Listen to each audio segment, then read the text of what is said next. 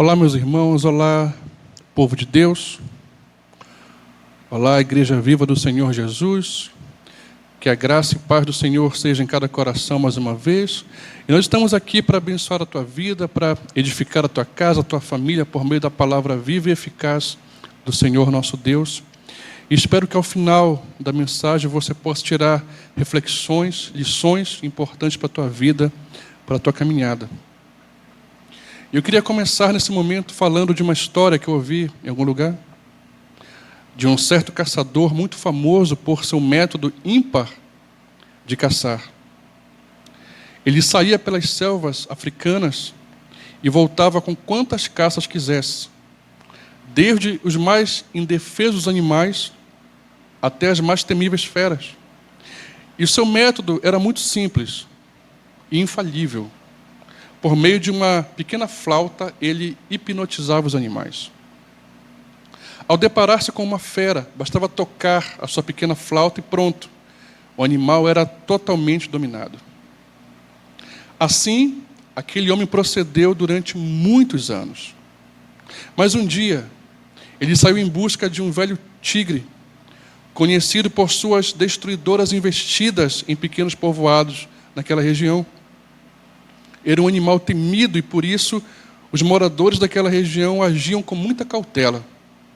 Ao passo que o caçador nem ao menos lembrava de um só momento em que teve medo.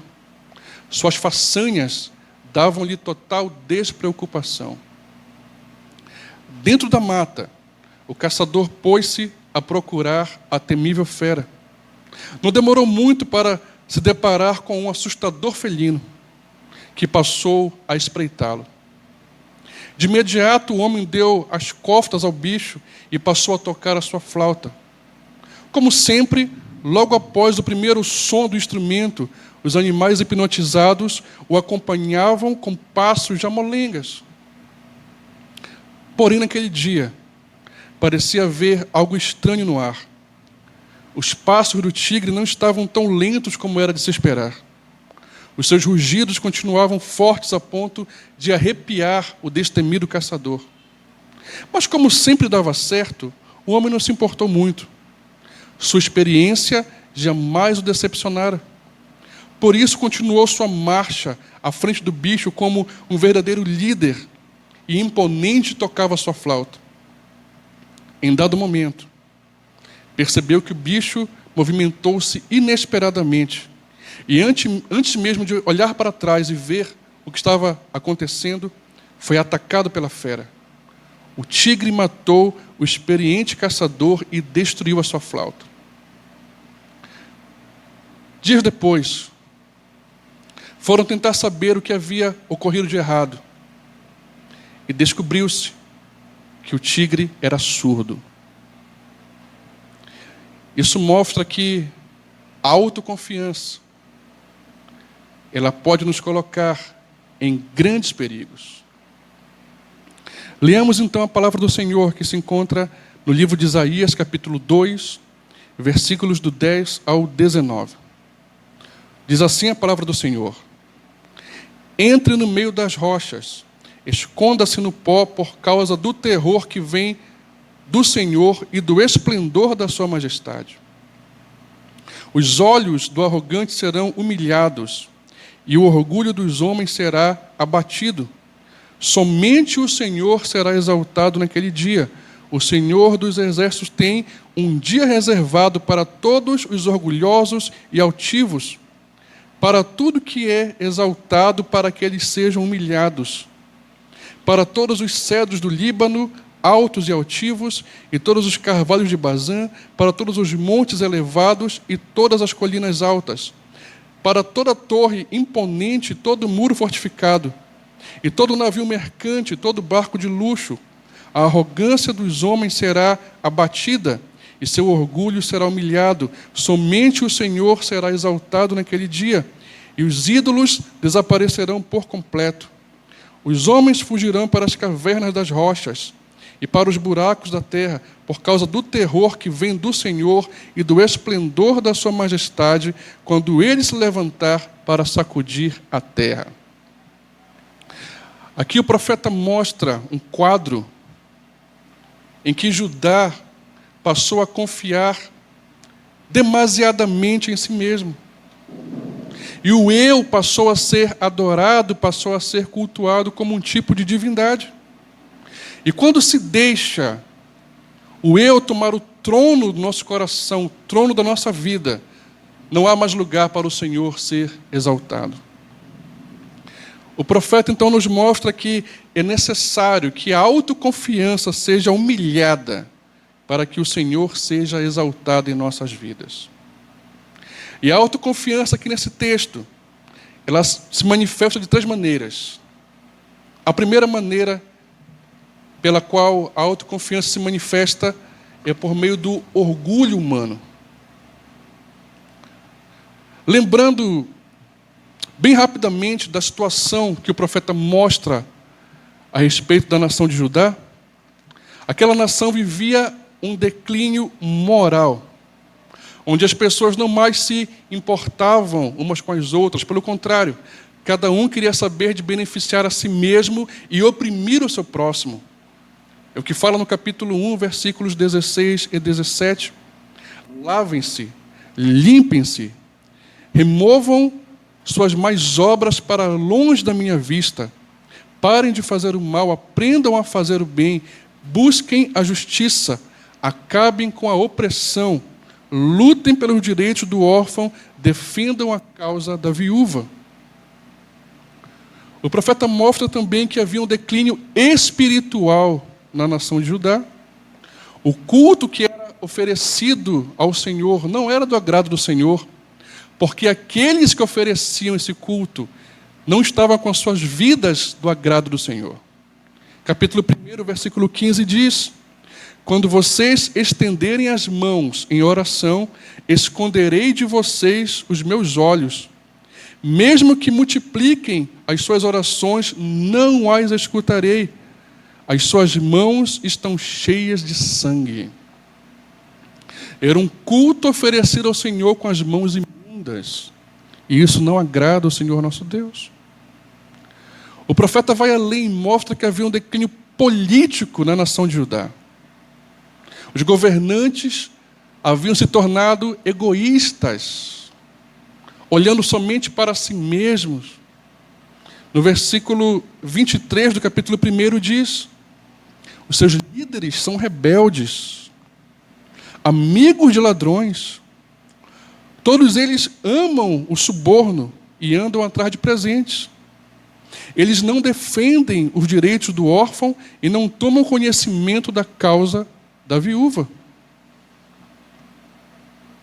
Contudo, mesmo diante de um declínio moral, espiritual e político, havia naquela nação uma prosperidade financeira, uma prosperidade material. Capítulo 2, versículo 7, parte A diz: sua terra está cheia de prata e ouro, e os seus tesouros são incontáveis. Além da riqueza material, havia um forte exército na nação de Judá, um exército poderoso.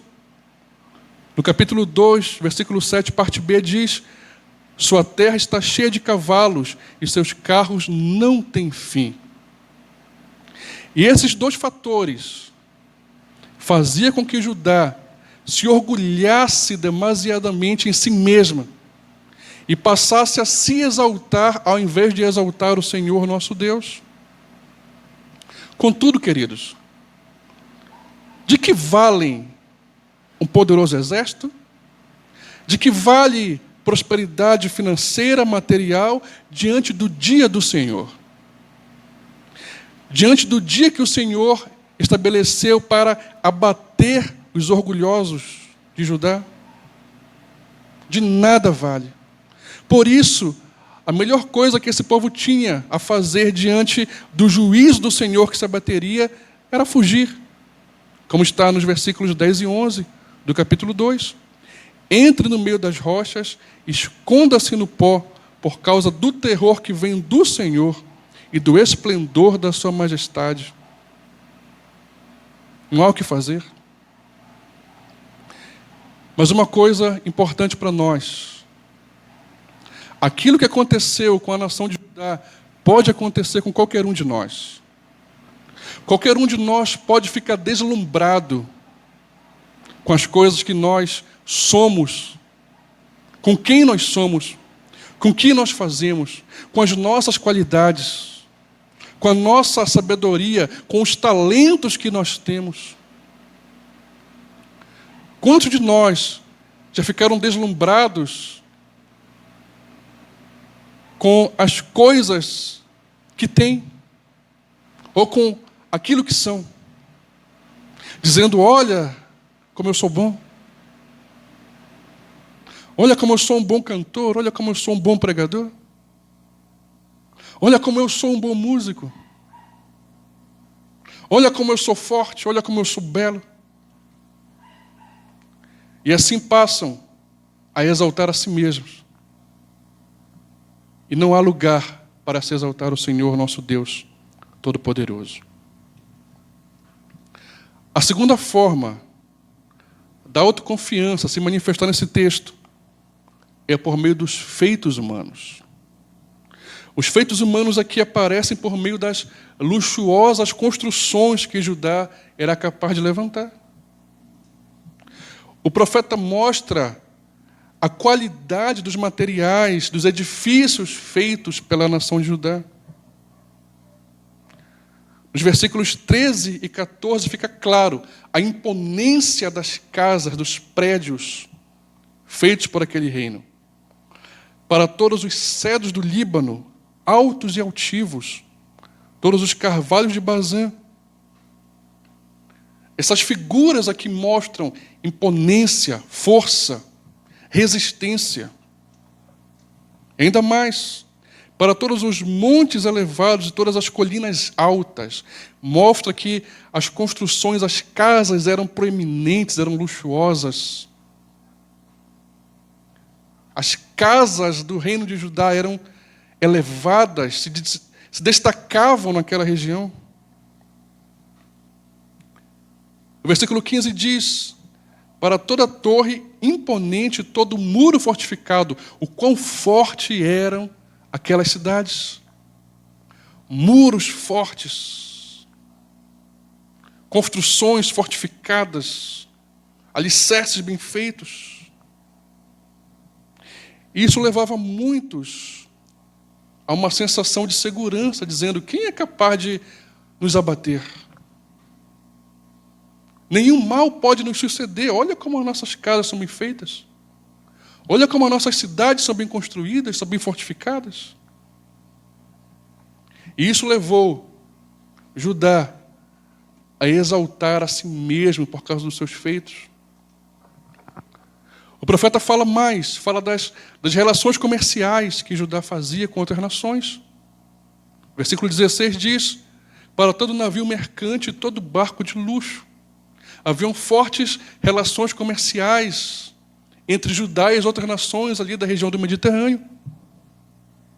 Relações essas que davam sensação de estabilidade financeira, estabilidade material, que levava muitos a pensar: esse reino jamais perecerá.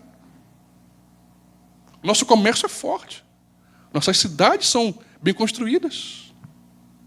Contudo, nada disso fica de pé diante do dia do Senhor. Quando o Senhor resolve descer a sua mão sobre o seu povo para estabelecer o juízo, não adianta cidades fortificadas, não adianta boas relações, nada disso traz segurança. Judá caiu no erro de confiar nas obras das suas mãos, de achar que estava seguro por causa das suas fortificações. Esqueceram de um detalhe: a verdadeira segurança, a verdadeira paz, ela procede do Senhor. O Salmo 4, versículo 8 diz: em paz me deito e logo adormeço, pois só tu, Senhor, me fazes viver em segurança. Não adianta a cidade fortificada, não adianta grades, não adianta muros fortes, se o Senhor não guardar essa casa, se o Senhor não vigiar essa cidade. Mas esse erro pode ser o erro de qualquer um de nós. De olhar para os nossos próprios feitos e ficar maravilhado com eles, a ponto de deixarmos de exaltar o Senhor nosso Deus e passarmos a exaltar a nós mesmos. Quantos de nós já ficamos deslumbrados com aquilo que nós podemos fazer? Olha como eu posso empreender tal coisa. Olha como eu posso construir. Olha como eu posso chegar longe. Esquece do Senhor nosso Deus. O Senhor nosso Deus só vai ser exaltado em nós e por meio de nós quando deixarmos de nos orgulhar dos nossos feitos. E a terceira forma da autoconfiança se manifestar nesse texto é por meio dos deuses feitos por mãos humanas. Aqui o profeta mostra um problema recorrente no povo de Deus. Antes deles entrarem na terra prometida, o Senhor já havia alertado com relação a se afastarem da idolatria. Êxodo capítulo 34, versículos 15 e 16 diz: acautele-se para não fazer acordo com aqueles que já vivem na terra, pois quando eles se prostituírem segundo aos seus deuses, e lhes oferecerem sacrifícios, convidarão você, e poderão levá-lo a comer dos seus sacrifícios, e escolher para os seus filhos mulheres dentre as filhas deles. Quando elas se prostituírem segundo aos seus deuses, poderão levar os seus filhos a se prostituírem também. Perigo de se deixar levar, de se deixar contaminar por aqueles que não temem a Deus, por aqueles que adoram ídolos, por aqueles que cultuam falsos deuses e fazem os seus rituais.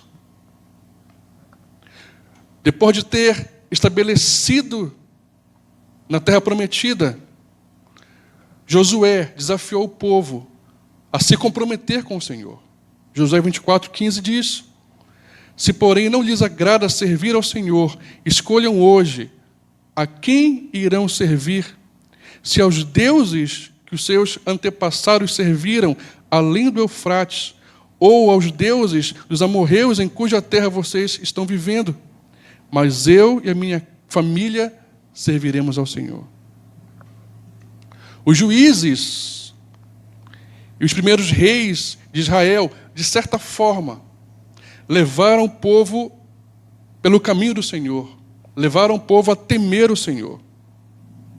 Mas depois da morte de Salomão, que o reino foi dividido, muitos reis que vieram posteriormente se desviaram do caminho do Senhor. Começaram a praticar cultos pagãos, começaram a fazer alianças com nações pagãs, casando seus filhos, suas filhas, com pessoas daquelas nações, misturando a religião, a adoração ao Deus verdadeiro com cultos pagãos.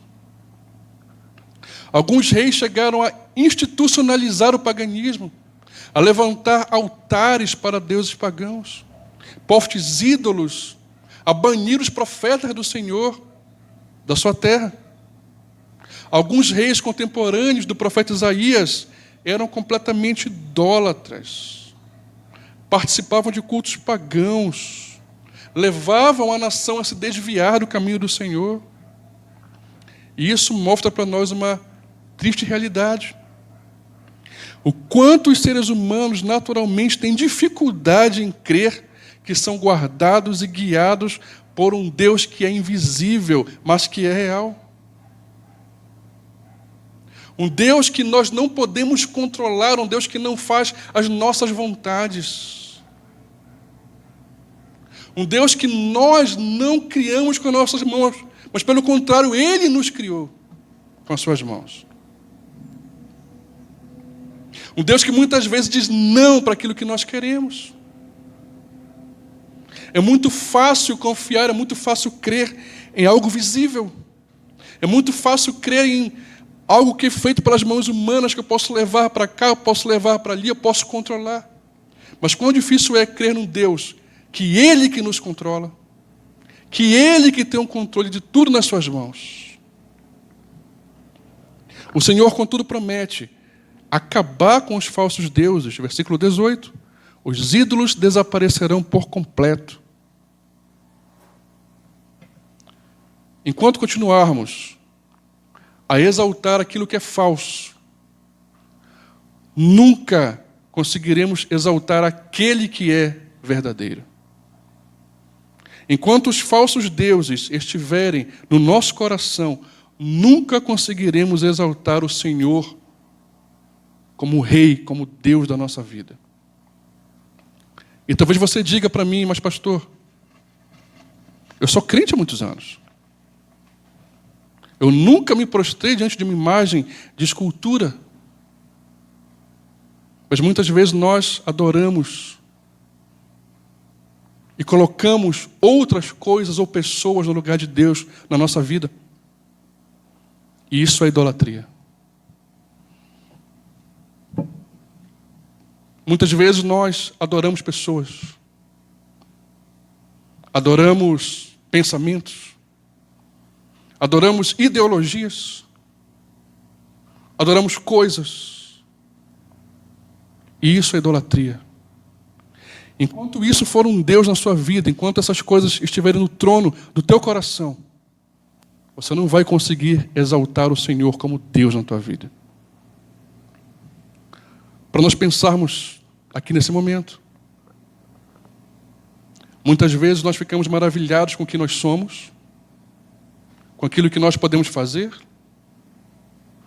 Nós podemos exaltar a nós mesmos por causa da obra que nossas mãos podem fazer. E quando nós agimos assim, nós passamos a não exaltar mais o Senhor, nosso Deus. E nos esquecemos de uma coisa muito importante. Tudo que nós temos e somos vem dele. A nossa vida pertence a Ele. Ele é quem nos dá o fôlego de vida. Se temos bens materiais, se temos condições, se temos saúde, se temos talentos, dons, é porque Ele nos deu. Por isso, somente o Senhor é digno de ser exaltado em nossas vidas. A verdadeira segurança não vem daquilo que nós podemos fazer, mas somente o Senhor pode dar. Portanto, só Ele é digno de ser exaltado. Por fim, somente quando a autoconfiança for humilhada na minha vida e na tua vida, é que vamos poder verdadeiramente exaltar o Senhor como Deus, como Rei das nossas vidas. Que nós possamos abater a nossa autoconfiança. Porque se assim não fizermos, Ele vai fazer. Porque Ele quer ser exaltado em nós e por meio de nós. Deus abençoe você grandemente. Deus abençoe a tua vida, em nome de Jesus. Amém.